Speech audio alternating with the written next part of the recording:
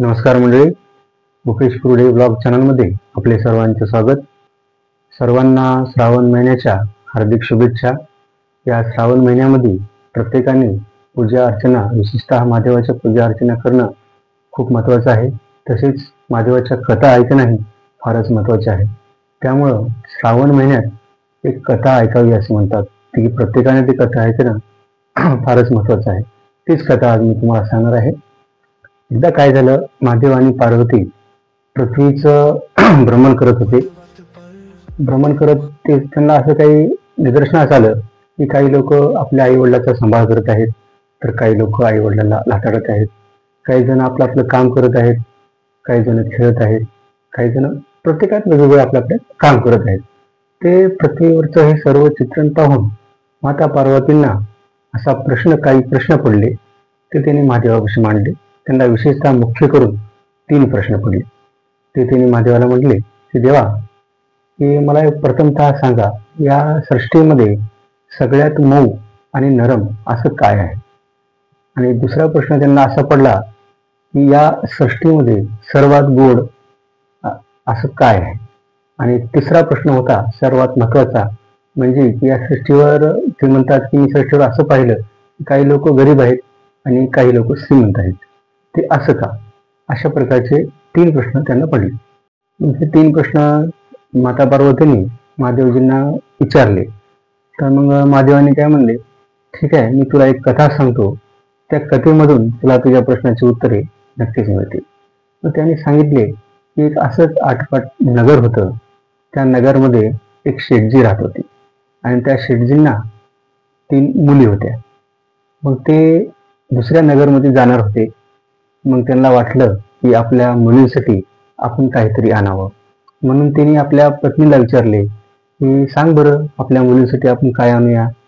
तर पत्नी म्हणली, मला कशाला विचारता तुम्ही, त्यांनाच विचारा ना, मुलींनाच, ते सांगतील तुम्हाला काय आणायचं. ठीक आहे म्हटला. तो आपल्या मोठ्या मुलीपाशी गेला, 1 नंबरच्या, आणि त्या मुलीला विचारलं की सांग बरं बेटा, तू माझ्यावर किती प्रेम करतेस? मोठी मुलगी म्हणली, पप्पा, मी तुमच्यावर एवढं प्रेम करते की जगात कोणी कोणावर एवढं प्रेम करत नसेल.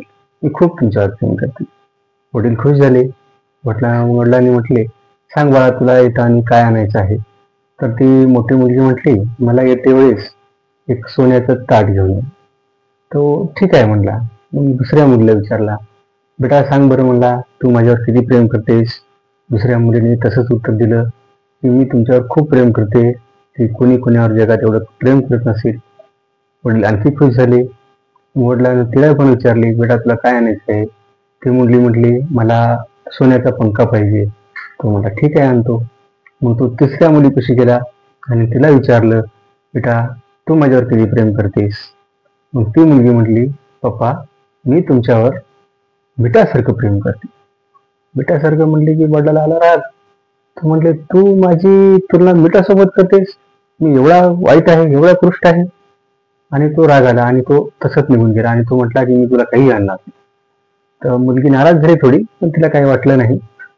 मग तो गेला दुसऱ्या नगरामध्ये आणि येते वेळेस त्या 2 मुलींनी जे काय म्हणले होती ते घेऊन आले आणि तिसऱ्या मुलीला काही आणले नाही, जी छोटी मुलगी होती ती. मग तो ज्या मुलीने म्हणले होते की सोन्याचं ताट, तिला सोन्याचं ताट दिलं. जिने म्हणली होती सोन्याचा पंखा, तिला सोन्याचा पंखा दिला. पण तिसरी मुलगी त्या दोघांचं बघूनच खुश झाली. तिला काही आणलं नव्हतं. तिनं दुसऱ्याच्या सुखात आपलं सुख मानलं आणि खुश झाली. असंच काही दिवस गेले. त्या नगरमध्ये एक राजकुमार फिरत फिरत फिरत आला आणि त्याची नजर त्या लहान मुलीवर पडली. ती मुलगी सुंदर होती, त्याला आवडली आणि तो राजकुमार त्या मुलीच्या वडिलाला म्हणजे शेठजीला म्हटला की शेठजी, मला तुमची मुलगी फार आवडलेली आहे आणि मला तिच्यासोबत लग्न करायचं आहे. शेठजी म्हणला, अहो ती तर माझी लहान मुलगी आहे आणि मी तिचं लग्न कसं करू? तिच्यापेक्षा मोठ्या मुलगी 2 आहेत, तुम्ही तिच्याशी लग्न करा, ते खूप सुंदर आहेत, दोन्हीपैकी कोणतीही चालेल तर बघा. राजकुमार मला, ठीक आहे, मी लग्न करायला तयार आहे, पण माझी एक अट आहे की लग्नापूर्वी मी त्यांची परीक्षा घेणार आहे. तर मला ठीक आहे, काही हरकत नाही. राजकुमार म्हणला, त्यांना परीक्षा देण्यासाठी आमच्या राजवाड्यावर यावं लागेल. ठीक आहे म्हटला शेठजीनं. पहिली मुलीला राजवाड्यावर पाठवला. त्या मुलीसाठी राजकुमारांना अगोदर तयारी करून ठेवली होती. एक सुंदर असा बेड तिने तयार केला होता. त्याच्यावर छान अशी गादी ठेवलेली होती. त्या गादीवर तिने त्या मुलीला बसायला सांगितलं आणि तिला त्याच्यासाठी एक शरबतही बनवायला सांगितलं. शरबतही खूप छान होतं. मग त्या मुलीला बसवलं आणि त्या मुलीला विचारलं की सांग, तुला हे पलंग गादी कशी वाटली? तर ती मुलगी म्हणली, पलंग गादी खूप छान आहे, मऊ आहे. मी आजपर्यंत अशा बिछाण्यावर कधी बसले नव्हते. खूपच छान आहे. त्याने म्हणला, मग शरबत कसं होतं? ती मुलगी म्हणली, शरबतही खूप छान होतं. असं शरबत मी आतापर्यंत कधीच पिले नाही. तर ते राजकुमारला जे उत्तर पाहिजे होतं ते भेटलं नाही. त्याने म्हणलं, ठीक आहे, तू जा. शेठजीला सांगितलं की पहिली मुलगी तुमची मला काही आवडली नाही, कारण जे मला उत्तर पाहिजे होते ते तिच्याकडून भेटले नाहीयेत. तुमच्या दुसऱ्या मुलीला पाठवा. परत दुसरी मुलगी आली. दुसऱ्या मुलीलाही तसंच बिछाना तयार केलेला होता. तिला त्यावर बसवलं. तिलाही तसंच शरबत दिलं आणि राजकुमाराने तिला पण विचारलं की सांग, तुला हे बिछाना कसा वाटला? त्यावेळेस ती मुलगी म्हटली, खूप छान आहे. मी आजपर्यंत अशा बिछाण्यावर कधी बसले नव्हते. खूपच छान. त्यावेळेस नंतर विचारले की शरबत कसं होतं? तर त्या मुलीने म्हणलं, शरबतही खूप छान होतं. मी आजपर्यंत असं शरबत कधी पाहिलं नाही. जे उत्तर पहिल्या मुलीने दिली होती तेच उत्तर ह्या पण मुलीने दिली. राजकुमारला जे अपेक्षित उत्तर होतं ते नाही भेटलं. राजकुमारनं तिला पण नकार दिला. शेठजीला सांगितलं की ही पण मला मुलगी पसंत नाहीये. तुमच्या तिसऱ्या मुलीला म्हणजे छोट्या मुलीला पाठवा. परत छोटी मुलगी आली. छोट्या मुलीलाही तसंच बिछाना तयार केला. तसंच शरबत दिलं. बिछाण्यावर बसवलं, शरबत दिलं आणि विचारलं की सांग, तुला ही बिछाना कसा वाटला? त्याने म्हणले, राजकुमारजी, मला तुमचा बिछाना आवडला, खूप छान आहे. पण यापेक्षाही चांगल्या बिछाण्यावर मी यापूर्वी बसलेले आहे. यापेक्षाही नरम बिछाण्यावर मी पुढे बसलेले आहे आणि ते बिछाना माझ्यासाठी खूप म्हणजे चांगला होता. आणि त्याने पुन्हा दुसरा प्रश्न विचारला की शरबत कसं होतं? तेव्हा ती मुलगी म्हणली की शरबत पण यापेक्षाही चांगलं आणि गोड मी काहीतरी पिलेले आहे, जे की ते यापेक्षाही छान होतं. त्यावेळेस राजकुमार विचारला की असं काय होतं की तू म्हटलीस की मी यापेक्षाही नरम आणि मऊ जागेवर बसलेले आहे, सांग बरं काय होतं? त्यावेळेस त्या मुलीने म्हटले की यापेक्षाही सुंदर आणि मऊ आणि नरम म्हणजे आईची कुशी होती, उबदार होती. मला ती सर्वात आवडली.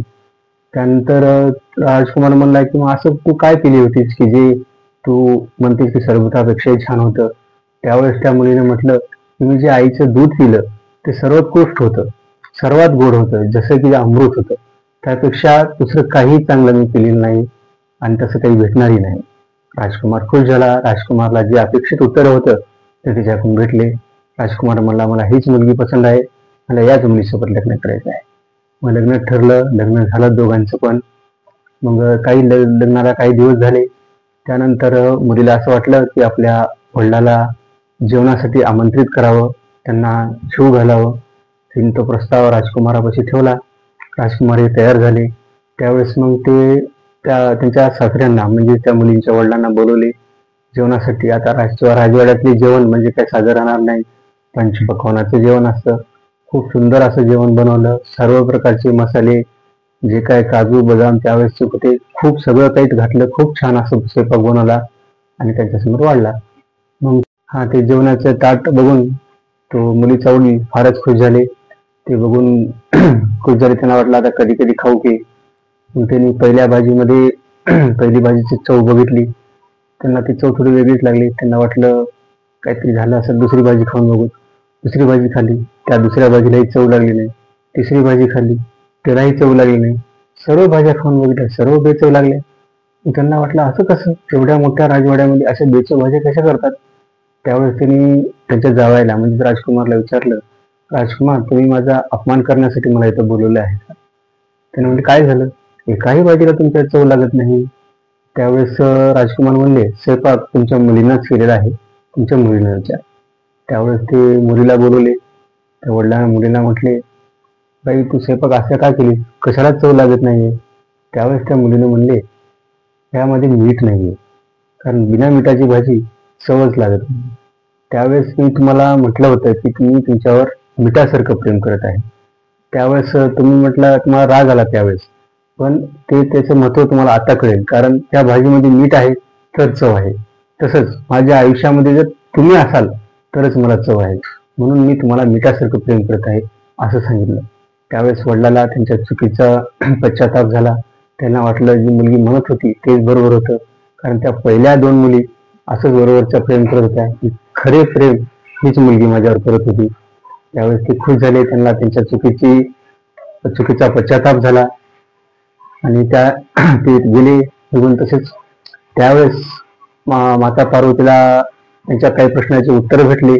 विशेषतः त्यांना 2 प्रश्नाचे उत्तर असं भेटलं की सर्वात पहिला प्रश्न त्यांना असं पडला होता की या सृष्टीमध्ये सर्वात मऊ काय आहे. त्यावेळेस त्यांना कळलं की या सृष्टीत सर्वात मऊ म्हणजे आपल्या आईची खुशी आहे.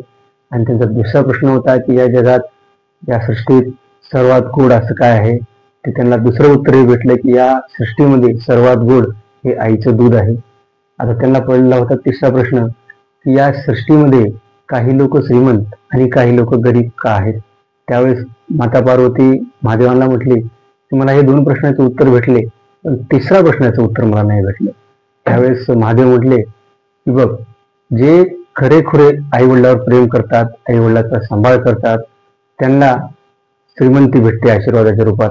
आणि जे आपल्या आई वडिलांचा अनादर करतात, जे आई वडिलांचं म्हणणं ऐकत नाहीत, जे आई वडिलांना व्यवस्थित म्हणजे प्रेम करत नाहीत, दिखाव्याचं प्रेम करतात, त्यांना हे चांगले दिवस येत नाहीत, म्हणजे श्रीमंती येत नाहीत. त्यांच्या नशिबी गरिबीच ठरलेली असते. अशा प्रकारे पार्वतीजींना 3 प्रश्नाचे उत्तर भेटले. तर मित्रांनो, तुम्हाला हे 3 प्रश्नाचे उत्तर भेटलेच असतील म्हटलेले. त्याप्रमाणे ही कथा सर्वांनी श्रावण महिन्यात ऐकली पाहिजे. असं म्हणतात की ही कथा ऐकलं तर जवळपास सर्व शिवपुराण ऐकल्यासारखं होतं. ही कथा शिवपुराणातलाच एक अध्याय आहे. सर्वांना ही कथा आवडली असेलच. असेच मी तुमच्यासाठी प्रत्येक वेळेस काहीतरी नवीन घेऊन येत असतो. त्यामुळं अशाच कथा, असेच काहीतरी नवीन पाहण्यासाठी चॅनलला सबस्क्राईब करा. ही कथा सर्वांपर्यंत पोहोचण्यासाठी चॅनलला शेअर करा. व्हिडिओ आवडला असेल तर लाईक करायला विसरू नका.